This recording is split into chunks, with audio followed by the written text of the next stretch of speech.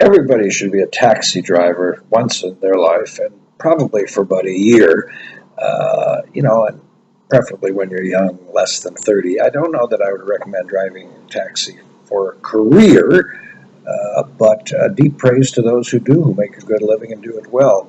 But as a short, intense gig, it has a lot to offer, especially in the triple L category, life's lessons learned. I drove yellow taxi for about a year and a half in Vancouver, and then I came in out of the cold and started being a radio dispatcher. This is before everything went digital and electronic. If you didn't come into the game with these particular virtues, you were soon forced to learn them, and learn them fast. Patience, fortitude, kindness, good manners, quick wit, and street smarts, self-defense, and above all, the myriad mysterious layers of human psychology.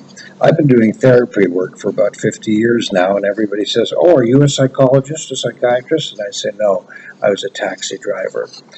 At the end of my first shift, I was heading back to the company lot, and I was stopped by a cop.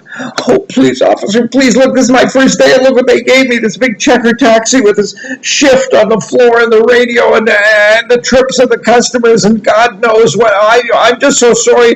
But look, I don't know what I've done, but I had to borrow money from my uncle to get my license, and I can't afford to get a ticket on my first day, and oh, brother, I'm already late for getting the car back to the lot, and the owner of the night guy are going to kill me." No ticket. End of the story. From that moment on, I always drove night shift, 4 p.m. until the wee hours. I loved the clear night city streets and the ease of zipping around. The drive to the airport during the day could take over an hour, but at night, if we got a call that there was a plane in and not enough cars, man, 12 minutes. That was it, tops. Being in my early 20s, of course, I was entranced and fascinated by the criminal subculture that seemed to own the town at night. Gangsters, showbiz folks, and drunks were the norm. To make a living, you had to know many things, some of which were not entirely savory. Opening the door for your late-night tourist fares to the best, looking for the best eating places in town, was often just the beginning.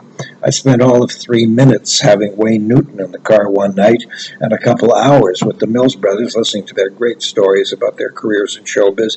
I was propositioned by far too many men and women to remember the count, and all I'll confess here is that I turned most of them down.